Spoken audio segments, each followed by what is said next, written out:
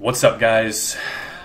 I am bringing you a little bit more of Blade Symphony today, and I would also like to talk a bit, not only about Blade Symphony, but about the future of the channel in terms of Souls content, what I plan on uploading in the near future in general. Now, let me talk a little bit about Blade Symphony first. This was recorded about a couple weeks ago. This was just prior to the North American Blade Symphony tournament that just went down. I got a chance to check that out.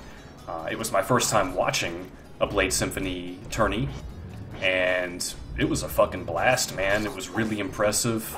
I learned quite a bit, so it was definitely worth the while. I find it a little unfortunate that the game doesn't really get that many views. It is a smaller game, mind you, quite a small community, but I don't know. I have a problem understanding why such a cool game like this can't really retain players. I have a feeling that people see the game and it interests them and they pick it up and try it, but for one reason or another, they don't really stick around. And I guess one of the primary reasons is because a lot of the people that play the game are pretty good at it. So, and it's a PvP game, so there's no AI campaign or anything like that, like a Street Fighter or Mortal Kombat. So you have to, be willing to get in and play against players that are most of the time a lot better than you.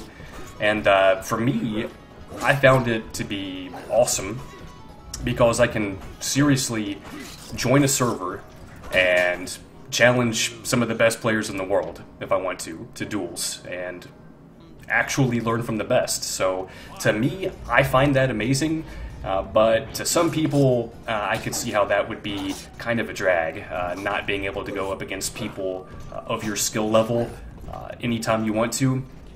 I could definitely see that, and this isn't really what I wanted to talk about, mind you. I really wanted to talk about the aspects of my game that I'm trying to work on. And as I mentioned, this was recorded about a couple weeks ago, so I feel like I have learned quite a bit since then, and I've stepped my game up a little bit. I'm not taking quite as many big risks with these heavy strikes, and you'll see how a lot of people that I'm fighting in this session are punishing me for using those attacks that have long recoveries on the animations. So that is something that I've noticed that I really, really need to work on, because it's getting me killed a lot. But future of the channel, Souls content-wise, I was actually on the verge of playing Dark Souls the other day, Dark Souls 2, that is, and I decided against it because Scholar of the First Sin is right around the corner, and I actually do want to talk about that a little bit. We have plenty of time this video. This is kind of a long one for a Blade Symphony, so I definitely want to talk about a little bit more than just Blade Symphony, this one, and maybe give you guys an idea as to my train of thought for the future of Souls content. Oh, and just real quickly, this guy that I'm fighting right now, he was actually the winner of the last North American Blade Symphony tournament. So congrats to Himura. He's a pretty damn good player, and he kicked my ass pretty well. And this is, a really good example of me getting punished for using risky attacks. I think because I was using such risky attacks, he didn't expect it, and a few of them caught him. So that was kind of lucky on my end. But I think he picked up on my, unfortunately, one-dimensional playstyle quite quickly and started working me over. But anyway, future of Souls content. I really miss my Dark Souls 2 builds. Really, really miss them, and I was on the verge of logging in the other day and just, getting started again, trying to knock out some invasions and recording the session. I was planning on doing just one of my more traditional PvP videos, no commentary or anything like that. And right there I got a little frustrated with myself because once again, I'm just exposing myself with those long recovery times and getting picked apart, and I was just upset with myself for that right there. But Scholar is coming out, and there are going to be some changes to the game. One of my biggest gripes with like playing Dark Souls 2 right now is I would really prefer to make some new builds, but I don't want to play through the fucking game anymore. I have had it with PvE in Dark Souls 2. Not even going to get into it, guys, but I've had it with it. No more of that crap. But for Scholar, I think I can stomach rolling some more builds because they're going to change it up ever so slightly. It's going to look a little bit different.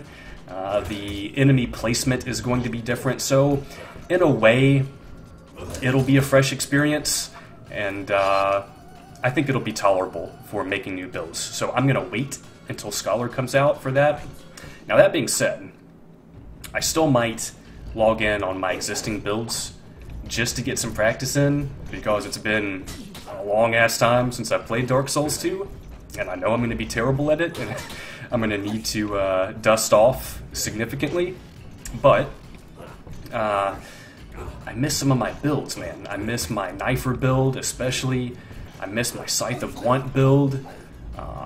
Those are the two that I'm really hurting to play. And I don't think I'll remake those whenever Scholar comes out.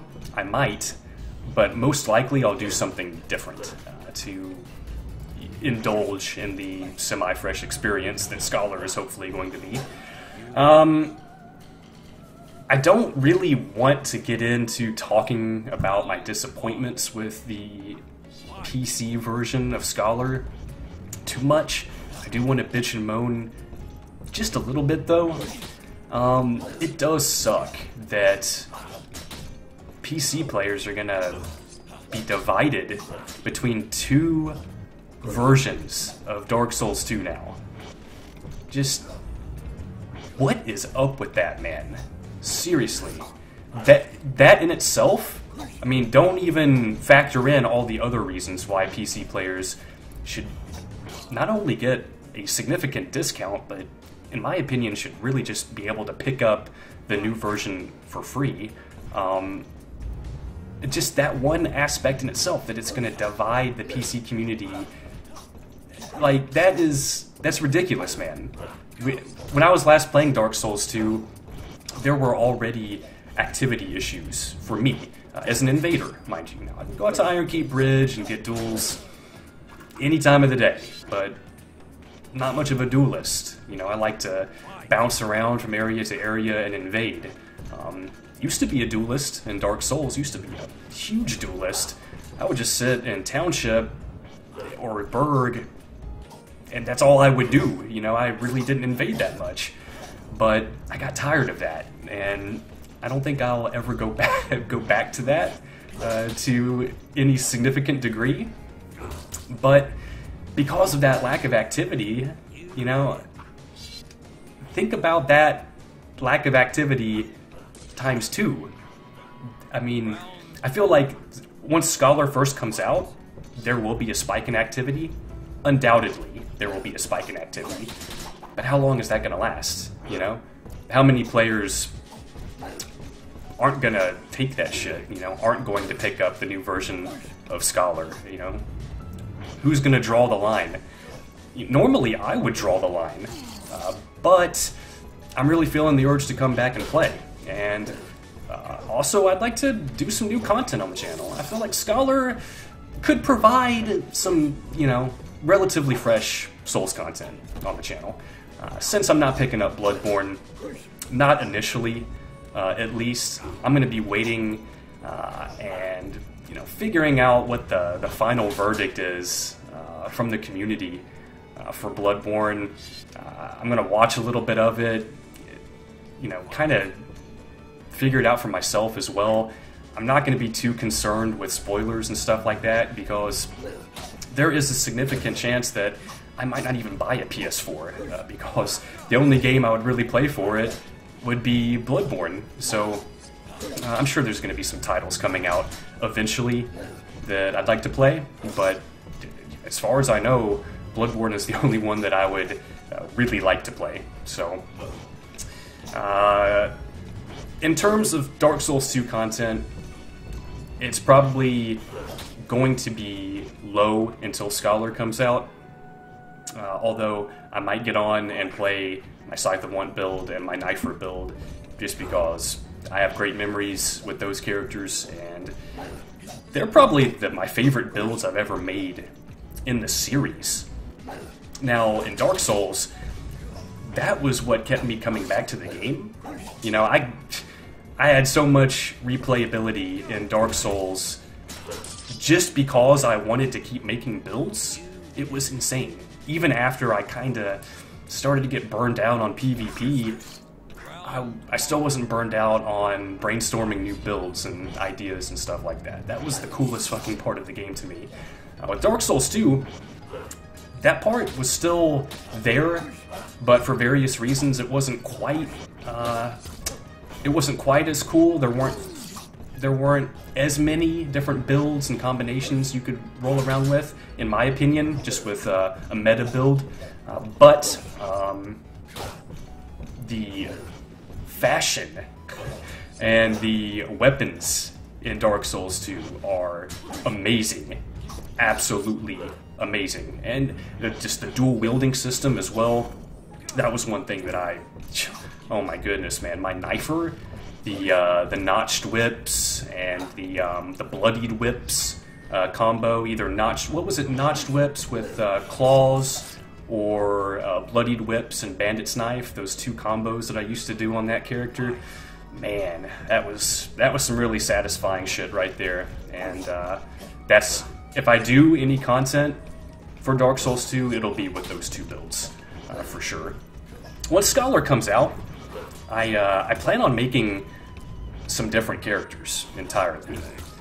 I am a little unsure about the Agape Ring, and you know, that's something that I would really like to talk about in the future during the next Souls upload. The Agape Ring versus, you know, a meta build just not giving a shit about soul memory versus just saying screw meta and leveling up to soul level 200 or above. That is one thing that I will probably do. I'll probably make one character that breaks the meta. Because right now, in my roster, it is all 150s. I do have a guy that's, I believe, 170. That was as high as I was really willing to go, because it became necessary to execute the concept that I wanted for a certain character. But he's still restricted. Like, the stamina issues were the biggest restriction that I ran into. I'll talk about that on the next Souls upload. But the first character I level up for Scholar is probably going to be one that breaks the meta. And I probably won't go too crazy. I'd imagine 200 will be sufficient. I'm just interested in having enough stamina to contend with someone that is max level. That's all I really care about with a character that's going to break 150. But I'd also like to make another character that uses the Agape Ring. Really doesn't sit right with me that you have to use a fucking ring slot to do away with soul memory. I'm going to rant about that one for sure during the next Ranting with Rep, but I'll save that for the next one. I think I've pretty much said everything I want to, other than I do want to keep uploading Blade Symphony occasionally. Although I have a pretty small channel here, I would like to give the game a little bit of exposure. I have so much damn fun playing this game, and it's kind of a shame that it can't retain much of a player base. But I feel like for a fighting game, it's awesome. For a sword fighting game, it's possibly the best I've ever played. The only game I can really think of that I have better memories of just right now is Bushido Blade. Completely different animal entirely. But I do want to continue to give the game a little bit of attention on the channel, and perhaps you guys enjoy the gameplay and might want to pick it up for yourself or look into the game. So, I think that's it, man. This has gone by fast. I'll see you guys soon.